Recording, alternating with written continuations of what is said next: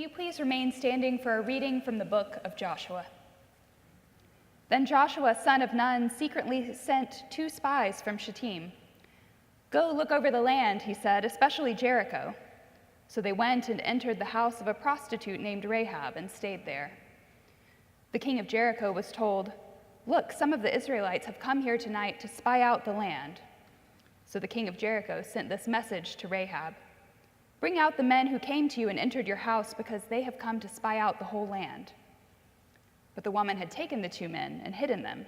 She said, "Yes, the men came to me, but I did not know where they had come from. At dusk, when it was time to close the city gate, they left. I don't know which way they went. Go after them quickly, you may catch up with them." But she had taken them up to the roof and hidden them under the stalks of flax she had laid out on the roof. So the men set out in pursuit of the spies on the road that leads to the fords of the Jordan, and as soon as the pursuers had gone out, the gate was shut. Before the spies lay down for the night, she went up on the roof and said to them, "I know that the Lord has given you this land, and that a great fear of you has fallen on us, so that all who live in this country are melting in fear because of you. We have heard how the Lord dried up the water of the Red Sea for you when you came out of Egypt, and what you did to Sihon and Og, the 2 kings of Amorites east of the Jordan, whom you completely destroyed. When we heard of it, our hearts melted in fear, and everyone's courage failed because of you. For the Lord your God is God in heaven above and on the earth below. Now then, please swear to me by the Lord that you will show kindness to my family, because I have shown kindness to you. Give me a sure sign that you will spare the lives of my father and mother, my brothers and sisters, and all who belong to them, and that you will save us from death." This is the word of God for the people of God. Thanks be to God.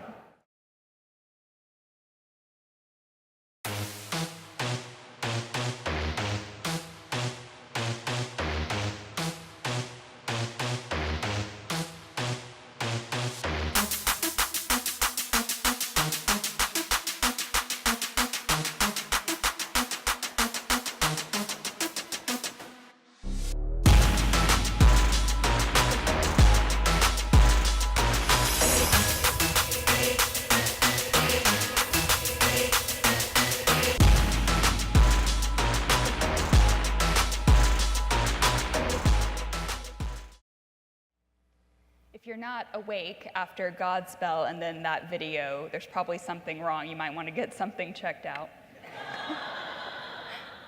It is good to be here with you this morning. I'm grateful for your presence as we continue this sermon series on supporting actors, looking at the biblical characters who may not be the most well-known to us in these stories, but without whom stories would not have come to pass.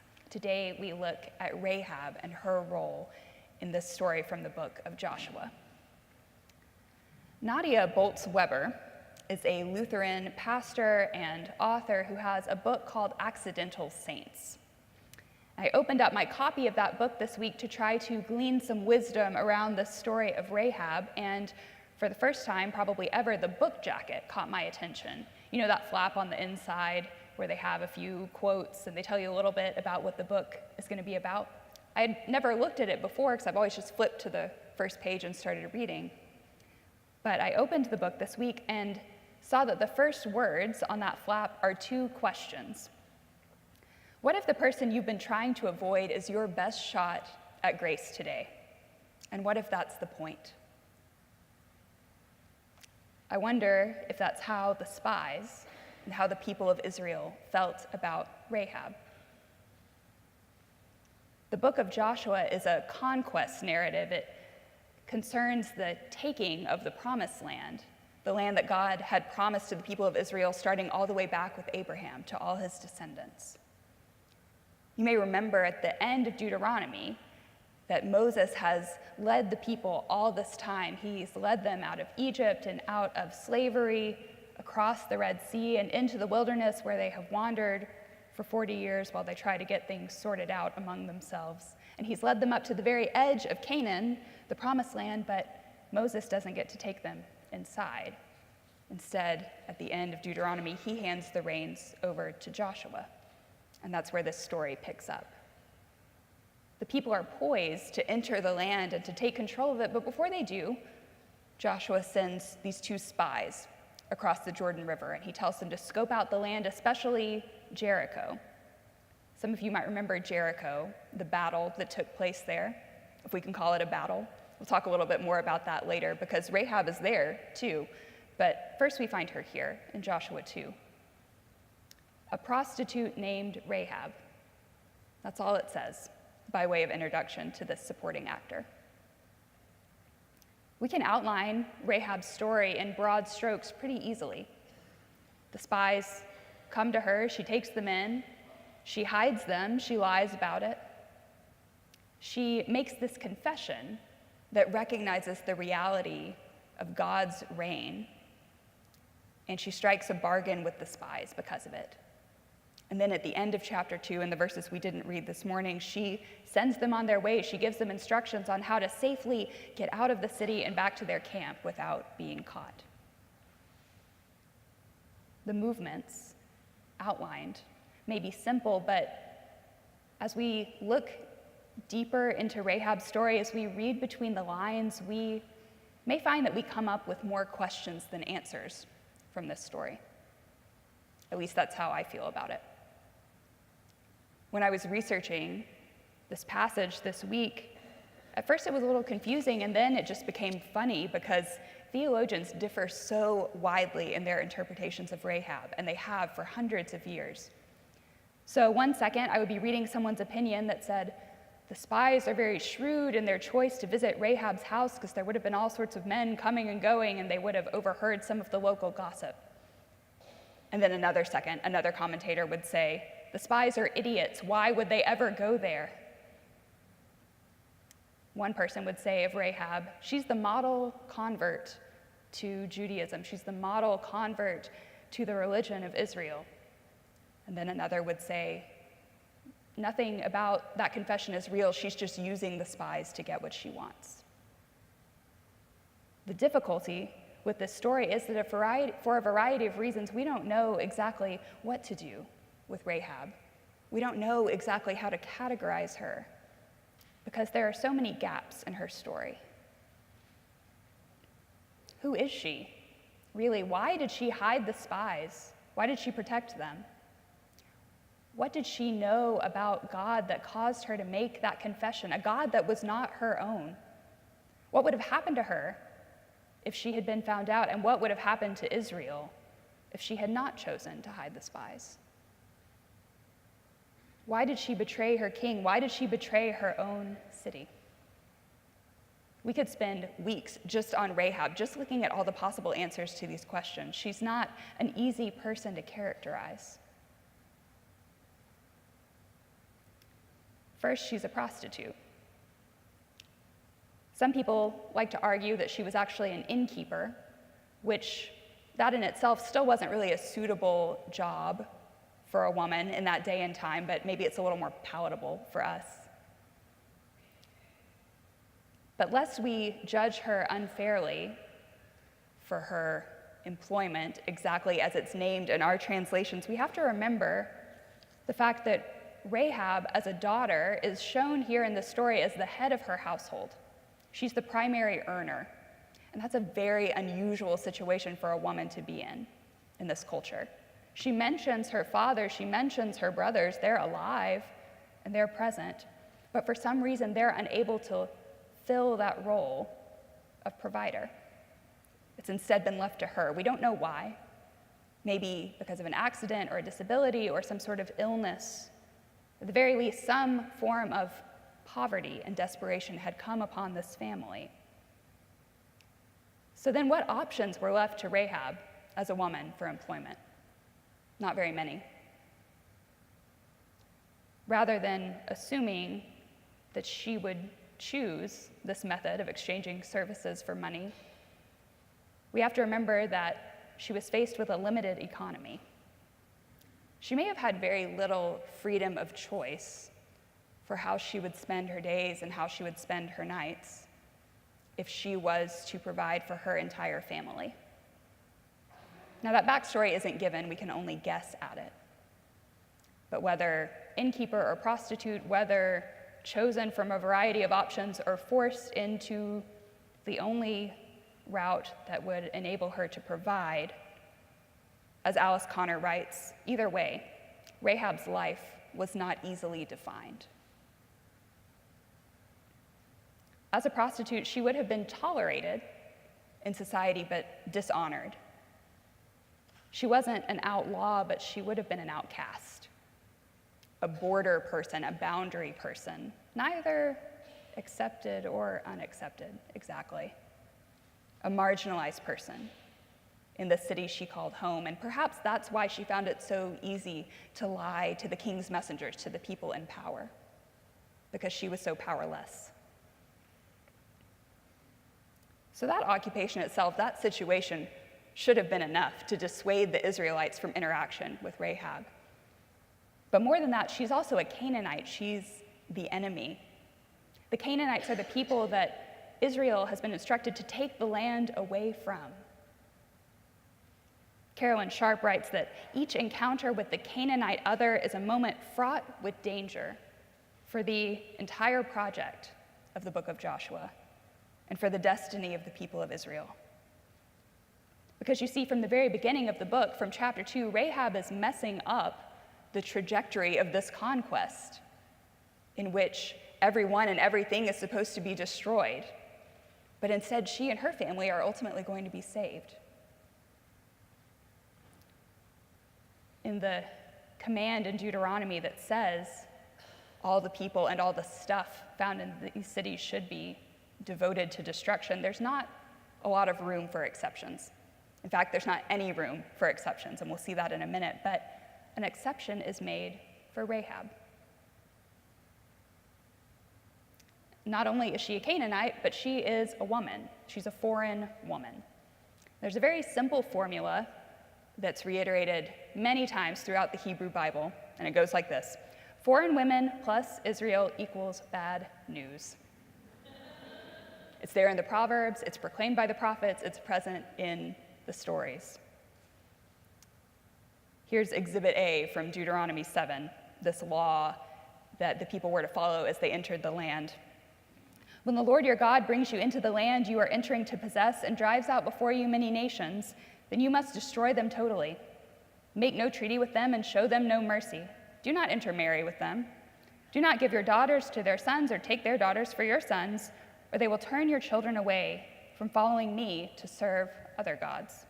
And the Lord's anger will burn against you and will quickly destroy you. Doesn't leave a lot of room for exception. So to recap, Rahab is a prostitute. Yet this large portion of the book of Joshua, more than an entire chapter, is devoted to her story. She's a Canaanite. She is the enemy, but she is the only significant individual in the book of Joshua besides Joshua himself. And she is a dangerous foreign woman. But in this story, she is given a name.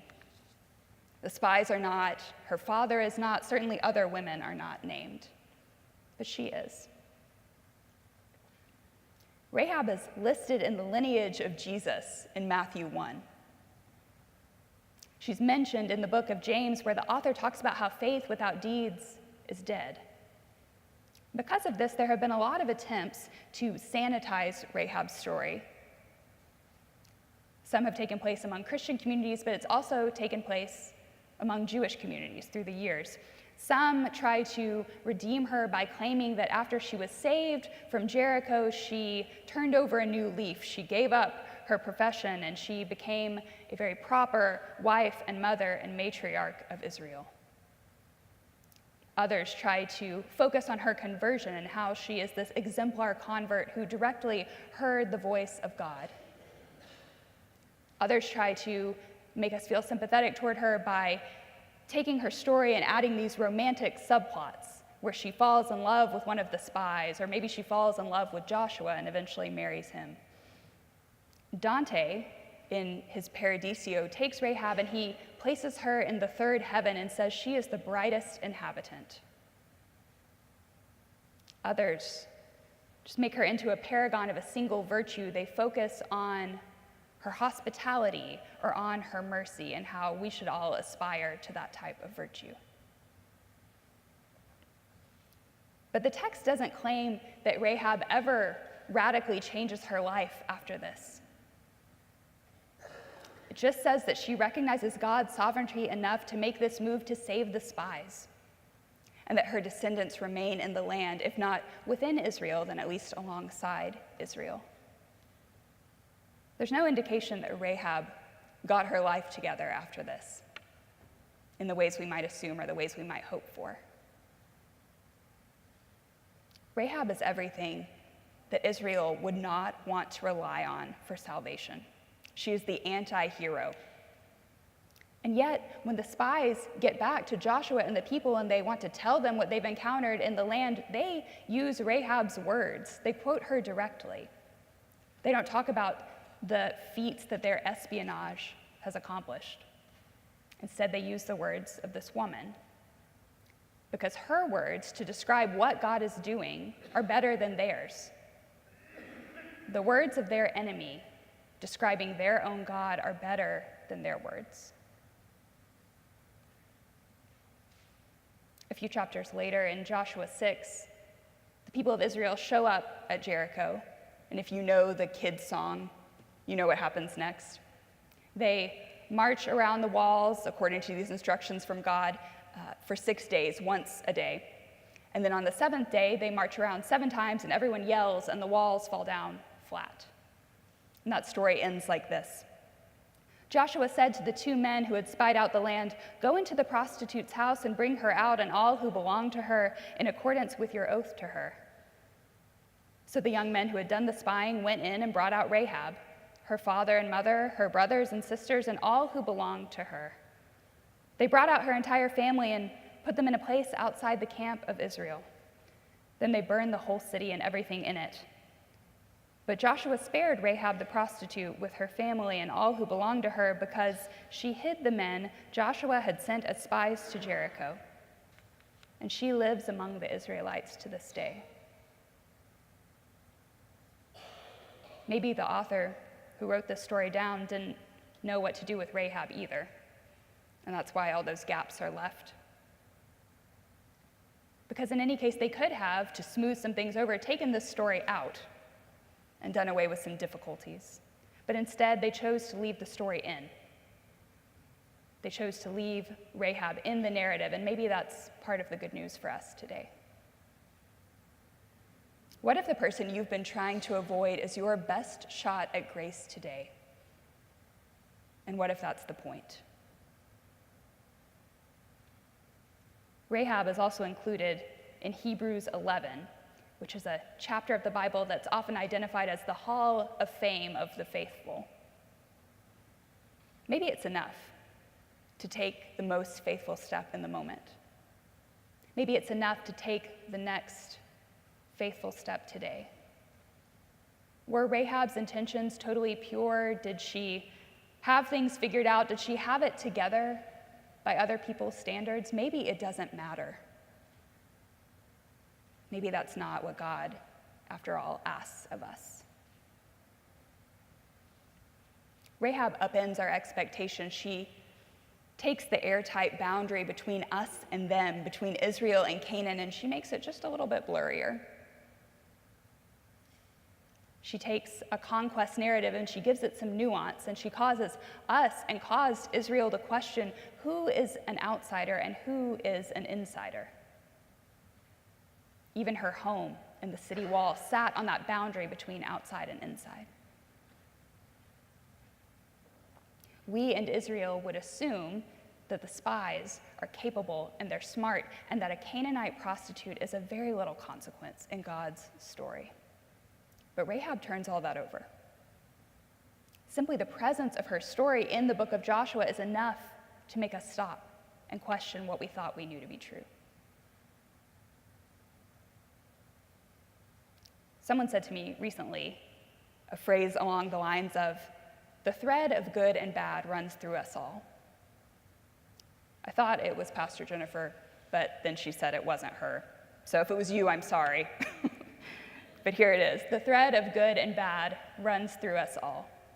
None of us are one-dimensional. Barbara Brown Taylor says it like this: "I was neither as good as I hoped I might be, nor as bad as I feared. I was simply another of God's beggars, grateful to have made it into the pool." Rahab reminds us of the murkiness that is our actual life, the gray area that we really live in, as much as we would hope or desire for the world to be clearly demarcated in black and white.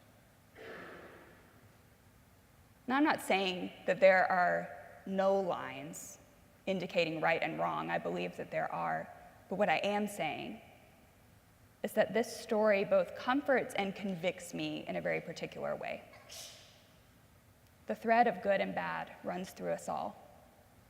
None of us are one-dimensional. If you keep reading beyond the book jacket, in Accidental Saints, there's unsurprisingly more good stuff in the actual pages of the book. Nadia Boltz-Weber shares this story from her own church in Denver about how on All Saints Sunday, people in the congregation are invited to bring remembrances of the saints in their own lives. They have tables set up along the edges of the worship space, and they have white tablecloths on them, and people bring these objects and they set them there to remember the saints. She describes icons of Mary Magdalene and Cesar Chavez and Vincent van Gogh. A soft pair of overalls that belonged to someone's grandfather who was a farmer. Letters and photos and newspaper clippings, a baseball glove, a baby blanket.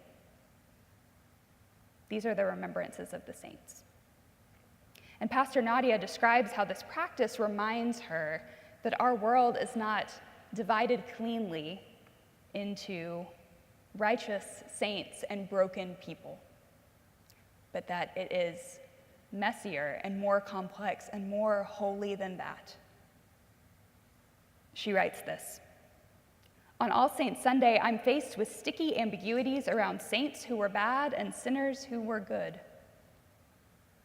Knowing what category to place hemlock in might help us know whether it's safe to drink, but knowing what category to place ourselves and others in does not help us know God in the way that the church so often has tried to convince us it does.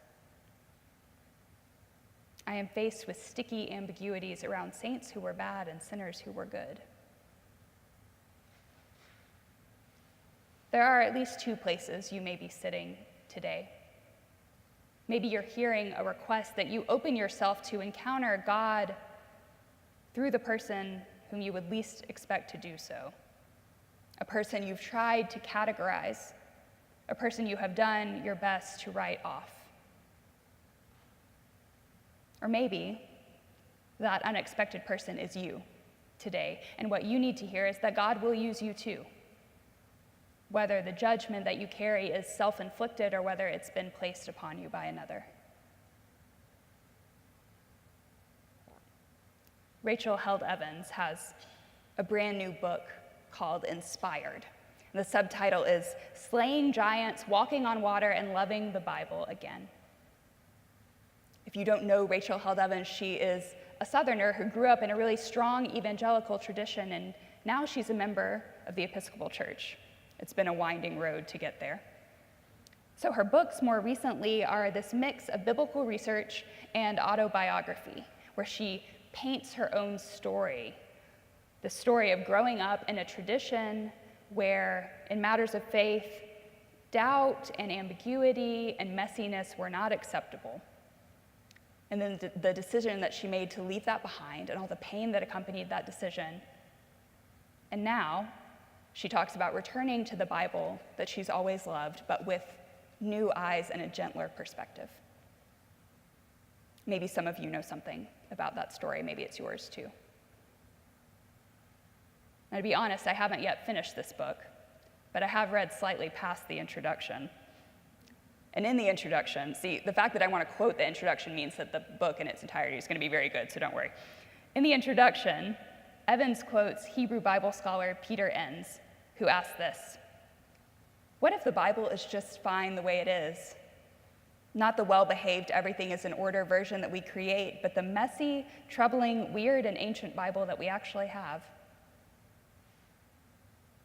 Evans goes on herself to say this. Every page of Scripture serves as an invitation to wonder, to wrestle, to surrender to the adventure. With all the questions that Rahab raises in us, there's one that encompasses them all. Will we let ourselves be surprised by God? Will we let God upend our assumptions? Or do we think we already have our categories all figured out? Because the reality is, friends, we don't have to fix Rahab. We don't have to sanitize her to make it okay that God used her. The reality is, in this story, God already did. So today, may we move beyond our assumptions about ourselves and about each other. May we move beyond the compulsion to fix and to smooth over. And instead, may we open ourselves to the movement of the one who became fully human and who knows intimately our full humanity, who chooses to work within us and to work through us, in spite of it and because of it. In the name of God, our Creator, our Redeemer, and our Sustainer. Amen.